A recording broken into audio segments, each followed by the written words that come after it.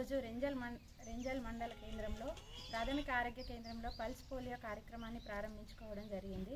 అప్పుడే పుట్టిన పిల్లల నుంచి 5 సంవత్సరాల లోపు ప్రతి ఒక్క పిల్లలకు కూడా ఈ పల్స్ పోలియోను వేయించి ఫ్యూచర్లో వాళ్ళకి ఎలాంటి వ్యాధులు రాకుండా నిర్మూలన కోసం ప్రతి ఒక్కరూ ఈ అవకాశాన్ని సద్వినియోగం చేసుకోండి.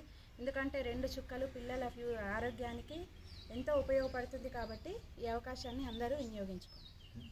ఈరోజు రెంజల్ మండలంలోని ప్రాథమిక ఆరోగ్య కేంద్రంలో పోలియో చుక్కల కార్యక్రమం ప్రారంభించడం జరిగింది. ఈ 2 చుక్కలు